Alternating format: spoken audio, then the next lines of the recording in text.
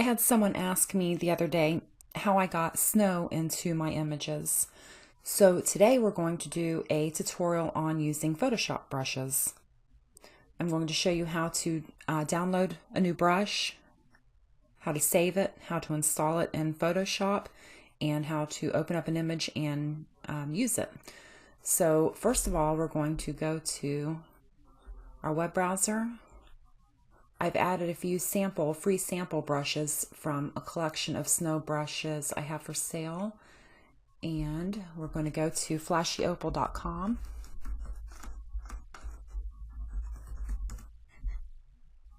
And over to downloads. And here you will see Snow Flashy Opal free set. Click on download. Down here, I always like to choose Save As, so I know exactly where it's saving it. The default is the download folder, but sometimes it'll get wonky and put it somewhere else. So I'm going to save the file in the downloads folder, and it downloads really quickly, even though it's a few brushes. It's pretty small, so let's open the folder. And it's a zipped file because, again, it's several brushes. So we're going to extract all after right-clicking, and then I'm going to extract them into the same folder. And there we have it. Okay, so now the file is ready. We're going to close all of this. Close your web browser, and now we're in Photoshop. We're going to install the brushes. Your brushes are located in the upper left-hand side. Hit the little arrow and they pop up. We're going to go to the settings wheel over here and click and go down to load brushes. Now we're going to go to the file we downloaded. It's in my downloads folder. I'm going to highlight the brush set and bottom right, click on load. Photoshop puts new brushes at the very end. So you'll see at the very bottom of this list, 3 new brushes. We have kind of a fantasy 6-point snowflake, some scattered snow, and a snowdrift. So they're all loaded and ready to use. So we'll open up a new image, open up a new file. I'm going to open a snow angel composite I've been working on from sample stock images, and this could use a little bit of snow in it. If you draw on this image here, it's permanent. You can't go back and make any changes or corrections. It's what they call destructive. So you never want to draw on your original image. What you want to do is create layers that you draw on above it. So we're going to go to the bottom right hand side and click on this icon for a new layer. And let's name our layer because we're going to do several and we want to know which one is which. So double click on the name, and we're going to name this one Ground Snow.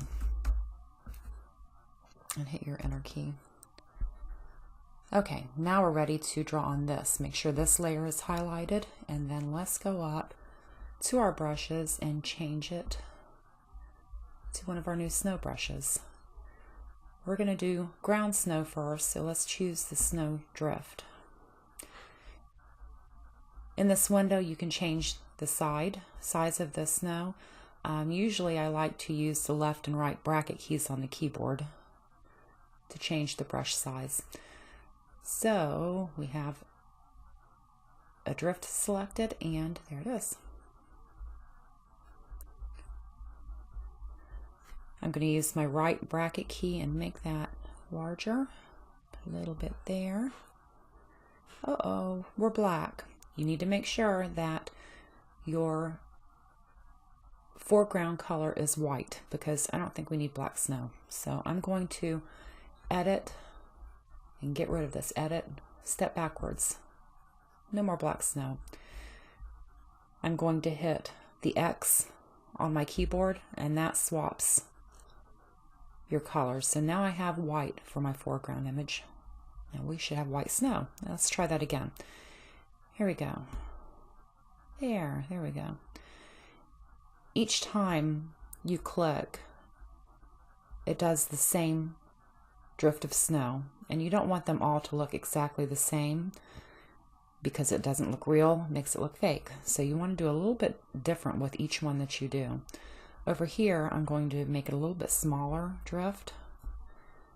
And then I'm going to put another one on top of it just to give it a little bit different shape than the other. And I could even put a third down there. I'm going to put a little larger. I'm hitting my right bracket key to make it larger, left bracket smaller. I'll put one by her and maybe a smaller one behind her. And you can go really small and put some up on the ledge here.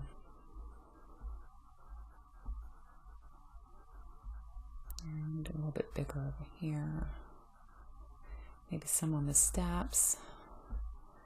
And again, I'm going to click again just to make it look a little bit different than the others. There we go. Maybe some in the background. Let's go smaller. Some on the edge.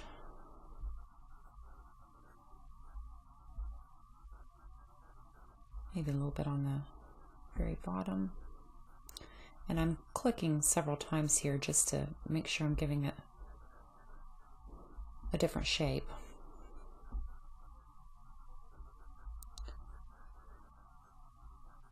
Okay.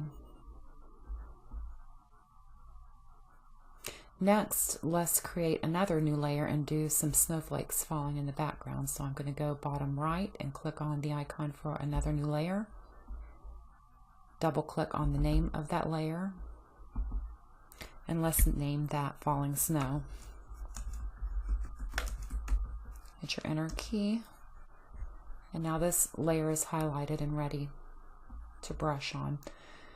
I want a different brush, so let's go up to the brushes. And down at the bottom, I'm going to choose some scattered snow. The first brush with the snow drifts, you just click wherever you want it. Click and release wherever you want that snow. This brush is a little bit different. It scatters the snow. You're going to want to click and drag it. And you can see it just scatters it all over the place. Different size, different shapes. And it does a lot really quick, so you kind of want to be you want to be light-handed with it. On this one, it put some flakes over her hair and over her sword that I'm not crazy about, so I want to erase some of those off. To remove them, you're going to make sure that you're on the right layer that you want. You're going to go to the bottom right and choose a layer mask, this icon right here. And that puts a white mask over that layer. When you draw on a layer mask, black erases and white reveals. You always want your foreground color to be black if you're erasing on a white layer mask. We can't erase with a snow brush, so we're going to change to our standard brush. And I'm going to scroll all the way up to the top and find just a standard brush. And there we go. Way too big, so I'm going to use my left bracket key and make it smaller. And then I'm going to look at the snowflakes I want to get rid of. My brush, again, the foreground is black, which will erase anything with a white mask. So I definitely want to get rid of this one over her hair. I'm just going to brush over it. I'm going to get rid of the one on her wrist and the one on, actually two on the edge of her sword. I'm going to get a few more off her wings here. Maybe that one right there. Okay, that looks pretty good. So I am done with falling snow. We're going to do one more layer. Let's go down to the bottom right and choose the new layer button again and double click the name. The next brush is going to be kind of some fantasy snowflakes. They're not very realistic looking, but this is a fantasy image, so I think it'll look good in it. So I'm going to name this Fantasy Flakes. There we go. And hit the enter key.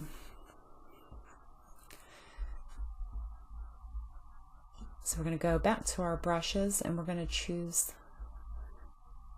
the third brush that we haven't used yet, and that is the 6-pointed snowflake right here.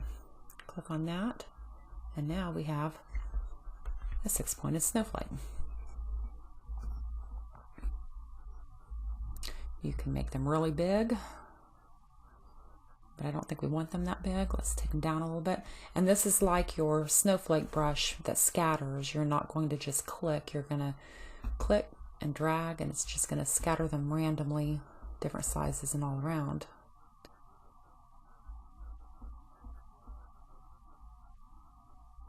And maybe a few on the edges.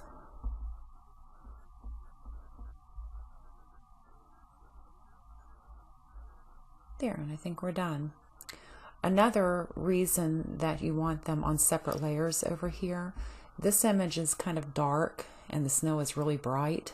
So I think it might be good to tone down the snow. I'm going to go to the ground snow and highlight the ground snow layer and go up to the opacity. It's at 100% right now, and I'm going to take it down just a little bit. And I think that makes the snow blend in quite a bit better with that image. And I'm going to do that with the other layers. The falling snow I'm going to take down just a little bit. And then I'm going to go to the Fantasy Flake layer, take that one down a bit more.